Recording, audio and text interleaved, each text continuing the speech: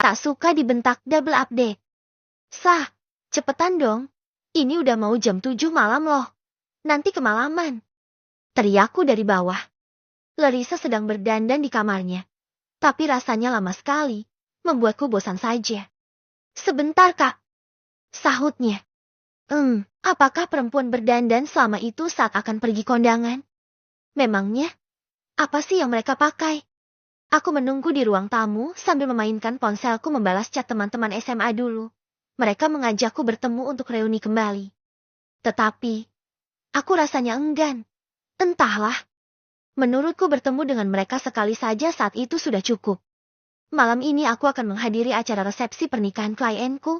Kebetulan sekali aku diundang. Maka aku mengajak Larissa untuk ikut. Untuk aku perkenalkan dia pada orang-orang. Aku sudah siap sejak tadi. Tapi Larissa yang lama, bikin aku kesal saja. Terdengar suara langkah kaki menuruni tangga. Nyaring sekali. Aku pun menoleh. Ternyata Larissa memakai sepatu high heels yang dibelikan beberapa hari lalu. Ayo, ajaknya. Aku menatap istriku dari atas hingga bawah. Penampilannya persis wanita dewasa. Dia tak nampak seperti anak umur 17 tahun.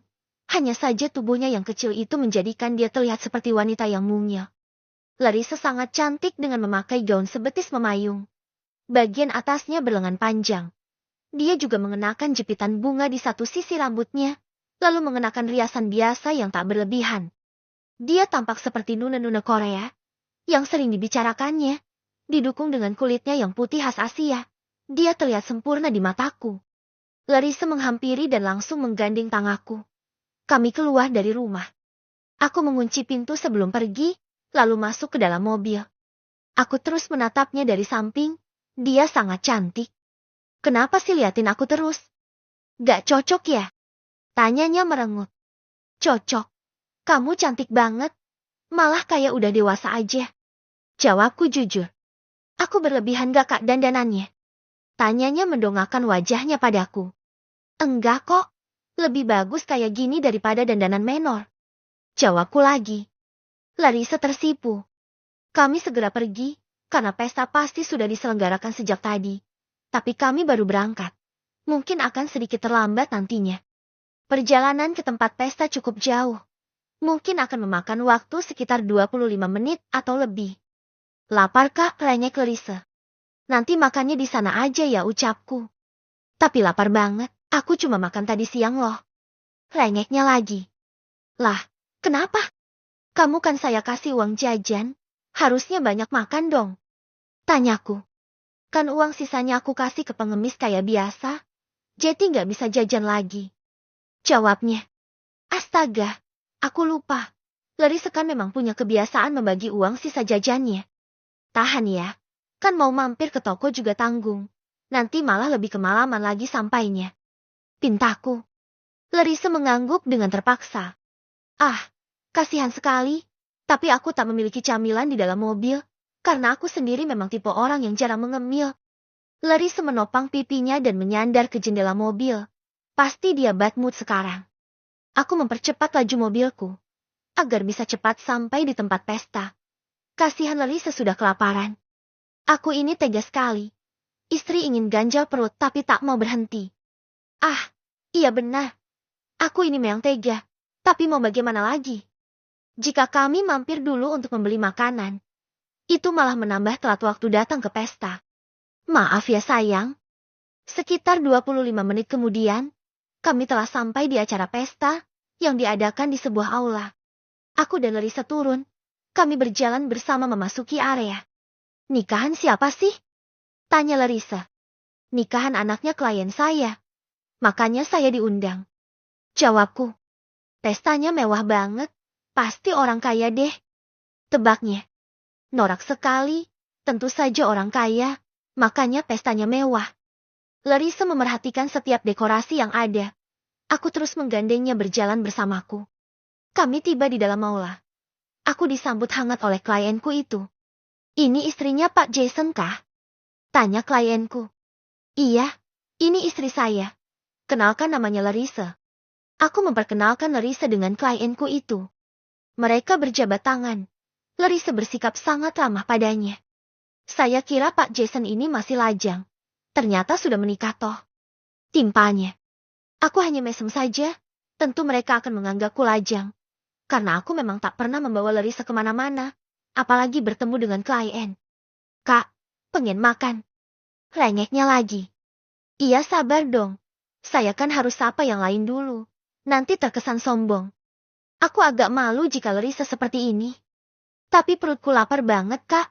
Gak sabar pengen makan. Larissa merengut dengan memegangi perutnya. Sah. Aku membentaknya dengan nada yang pelan. Tapi jelas sekali kalau aku membentaknya. Larissa ketika diam, menundukkan kepala dan melepaskan tanganku. Aku meraih tangan Larissa lagi. Aku yakin dia sedih karena aku bentak. Tapi Larissa membuatku kesal dan malu. Di sini banyak sekali orang. Jika Larissa merengek seperti itu, tentu saja semua orang akan memperhatikan kami. Larissa melipat tangannya ke belakang. Tak mau aku sentuh. Saya minta maaf ya. Gak bermaksud bentak kamu. Saya cuma refleks. Aku meminta maaf. Lagi-lagi aku membentaknya.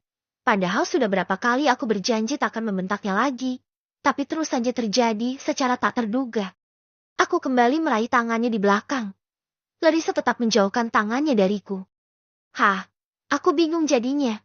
Banyak sekali godaan dalam membina rumah tangga dengan gadis kecil. Aku harus lebih menguatkan kesabaranku.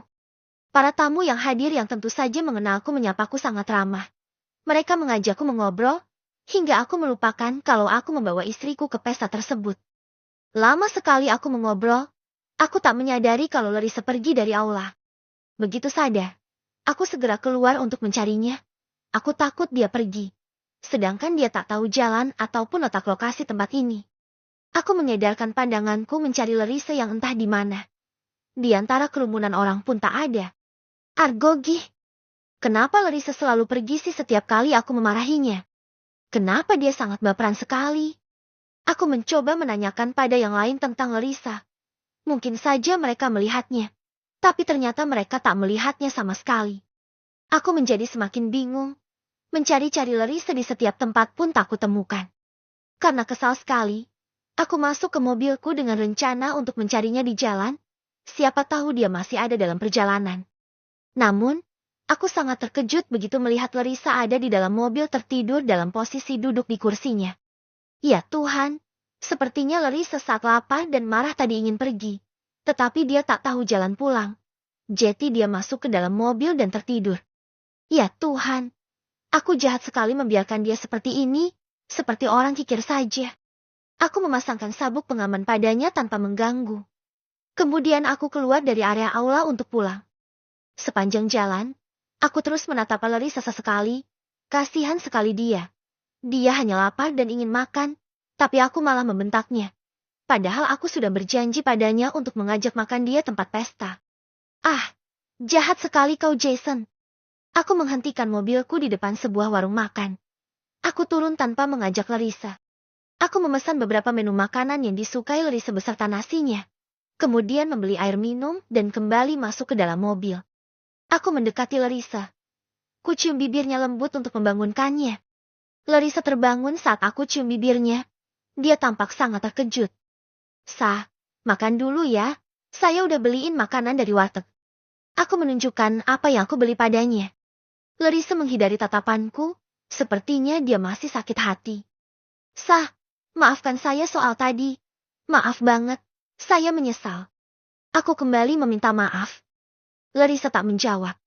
Dia tetap memalingkan muka dariku. Aku mau pulang. Ngantuk. Ucapnya. Kita pulang, tapi kamu makan dulu ya. Mumpung masih anget nih ayam gorengnya. Bujuki. Larissa menggeleng. Pertanda tak mau. Aku mau pulang, ucapnya lagi. Ya udah, tapi nanti makan di rumah ya. Pintaku. Larissa tetap diam. Aku menyimpan plastik berisi makanan itu di kursi belakang, lalu mulai melajukan mobilku untuk pulang. Larissa masih sedih. Aku tak bisa memaksanya. Wajar, karena memang aku sudah berkali-kali janji untuk tak membentaknya lagi. Tapi aku masih sering melanggar janjiku itu, tentu saja Larissa kecewa berat. Selama di jalan pun, Larissa tak mengatakan apapun, dia tetap memalingkan mukanya dariku. Shit, selalu saja aku membuatnya sedih. Karena Larissa diam terus, Aku juga tak berani mengajaknya bicara. Percuma saja. Dia kalau ngambek memang tak mau berbicara. Sudahlah, nanti aku coba bicara lagi dengannya di rumah. Tiba di rumah, aku menghentikan mobilku. Lari secepat-cepat keluar dari mobil dan berlari ke pintu masuk. Dia membuka pintu dengan kunci duplikat yang dibawanya. Aku melongo melihat Larissa yang berlari secepat kilat.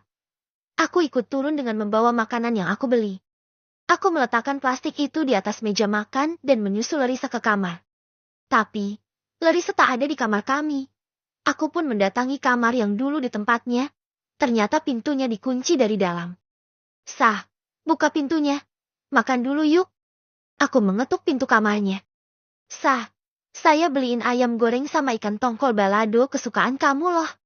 Aku mengiming-imingi Larissa. Larissa tetap tak merespon. Tak ada tanda-tanda dia akan membukakan pintu untukku. Sah, please, saya minta maaf. Ucapku lagi. Pintu kamar itu tak terbuka sama sekali. Larissa benar-benar kecewa kali ini. Aku menghela nafas berat.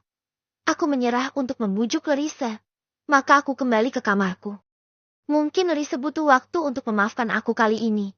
Karena bukan sekali dua kali aku membuatnya kecewa, entah keberapa kali. Larissa pernah mengatakan kalau bapak ibunya pun tak pernah membentaknya. Tapi aku sering membentak dia sesukaku saat aku marah.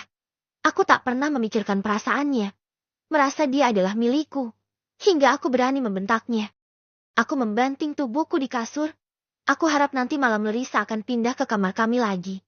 Dan aku harap besok dia tak marah lagi. Note, nih yang minta double up.